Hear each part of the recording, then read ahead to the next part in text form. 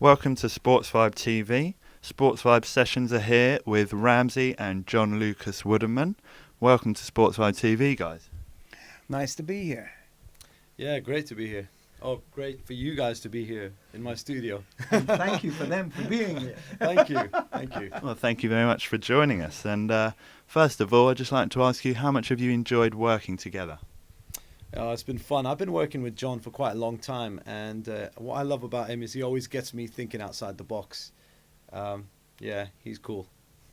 And John, with Ramzi? What can I say? He's my young bro. I always come to him. He always handles my problems. We co-write together as well. He produces me. He's whisked with the voice. I'm very pleased with his finished product. And I always come to RDS because they do a good job. And you said you've worked together for some time now, so you must have learnt quite a lot from one another. What would you say are the main points you've learnt from Ramzi, John? Well, I've learned from Ramzi what you can do with the voice. And he concentrates on the voice. He knows the voice. Also, the way he understands me. And what I like is we have this fusion because I'm old school. You can see it's all white and long. And, I've been around a few years. And he's fresh. But what I like about him is that he grasps my old ideas and he freshens them up. And I was very, very sort of taken aback when I saw Alban and Womack working. And in the old days, before I saw that, maybe it sounds cheesy now, but I always saw myself in that fashion with him because I always did things that he used to tell me, well, John, I like that, but how about trying it this way? And it's fresher. That's a bit dated or and then I go home and I hear what we've done and I'm very, very pleased. It's a good combination for me. But how he feels, you got to ask him. So, Ramzi, what have you learnt from a veteran such as John, working with him for as long as you have? Well, he's truly a veteran, and one of the things has definitely been that he's opened my mind up to so many different styles and genres. He's got me to, he's one of the people that got me to step away from the typical formula that I used to work according to. And he's just got his own vibe about him. He's got his own style. He's very unique. And I love working with artists that have their own identity. So it's been great. And could you tell us a bit more about the project you've been working on right now at the moment? The current project is a track called Older Better ? By John Lucas, obviously, and Co-written, written together, it's what can I say? It's like he said, it's a bit of old with new. I think it's a topic that's very relevant to a lot of people, very relevant to John. Yeah. Asking the question of whether older is better. In some ways it is, in some ways it isn't. So I've really enjoyed it, and I'm really glad that he's getting it out there. And John, you've been in the industry for quite some time now. How much have you seen it change since you first started as a musician? Oh, it's another animal, totally. I mean, I started in the 70s when I recorded my first song in Abbey Road at the times of the Beatles breaking up, where their equipment was still at Abbey Road Studios.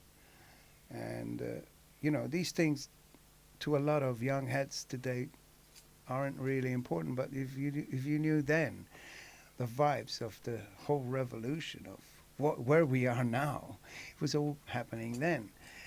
And I started, my first record was with a 25-piece orchestra, and we were all there doing it all live, and we had 3 takes and we had to get it done.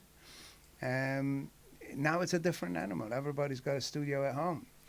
Before, that kind of thing cost something like 13 grand. in those days, and 13 grand you bought a house.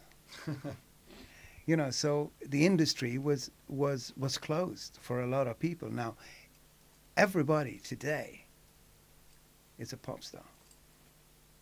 I mean, I'm not going to go into the mechanics of X Factor and all that, but I've got my own opinion on that show. But and this is it. And there's a big fusion, and there's everybody's sounding, especially the indie bands. I mean, if you go on SoundCloud and there's something like 2,000-3,000 good bands, every track is a good track, and you sort of think, my God, can this be really happening? I mean, in my time, you had 4 sounds. And what I like about the 70s, that maybe not so much of it is happening now, is that basically in the 70s there were 20 bands, but each band sounded different. They had a different sound. Now you've got 5 records in the charts, and the genres and the sound. You can't tell who Sam Who is with Peter Josh or Cop Chich, and they're all sounding with the same whine and the same. But the songs are good. The songs are very good. So, I mean, times change. Of course they do, and in that time you must have had quite a few different musical influences. Who would you say are the biggest ones and why? My first one was Sinatra, then Tony Bennett. Then I moved into people like Seal, and there's so many. Peter Gabriel. You like CeeLo Green as well, don't you? Yeah, I like CeeLo. Yeah, very much. CeeLo, when he came in on the scene, he blew me up. And quite a lot of young artists. But there's a certain thing that sometimes I hear some of these new artists and I think, wow, that's fresh. And it does become a hit. But then after 2 months, that sound really gets up my nose. I can't hear any more of it. You know what I'm saying? It's not like there's something about it that is it's like a rubber stamp. It's posted and it's done. I don't want to hear it again. You know, it's whereas sometimes you hear things by 70s bands like the Doobie Brothers or something like that, and they still sound great. Timeless. It's unbelievable. Old as gold. hey, you know, you cannot say like in the good old days, because that is not true. There's so much that is advanced and so much that is nice, so much that is beautiful. But well, pop music is like that. Pop music is very instant. It's very, you know, what turns you on today, you've got to look somewhere else tomorrow. You know. And Ramzi, what about yourself? What would you say your biggest musical influences? Similar or very different? Wow, I've got such a wide, you know, I listen to so much different music. I did classical music training when I was younger.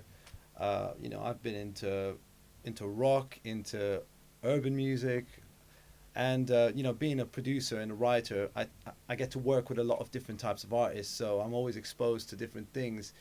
So it's really hard to say, but my personal preference is soul music. That's my favorite. Particular artist? I think you like Stevie Wonder quite a lot. I do, yeah, I do love Stevie. I do like old school Michael Jackson. I like Prince. Yeah, Prince. You know, there's a lot of great artists out there. Earth, Wind and Fire. Yeah. There's just so much good music out there. It's hard to narrow it down. Sure, well, that's a pretty strong list to me. And just finally, a question to both of you. Do you have any specific ambitions you still have to fulfill in music? Well, I'd like to have a hit record. Apart from that, I've been through the mill health-wise, so I've got a few problems there. So I don't know how I'll be with long tours and things like that, but that's it. A nice hit record will do me good. Ramzi? Well, it would be nice to one day be seen as, you know, perhaps Quincy a Jones. modern day Quincy Jones. That's exactly what I was about to say. It would be really nice to be seen as a Quincy Jones or something like that. I got a lot of work to do, but Yeah, but it's a goal. It's a destination. definitely, Yeah. definitely, it's a destination I'm heading for sure. You've got the soul for it. The experience, the rest will come through experience.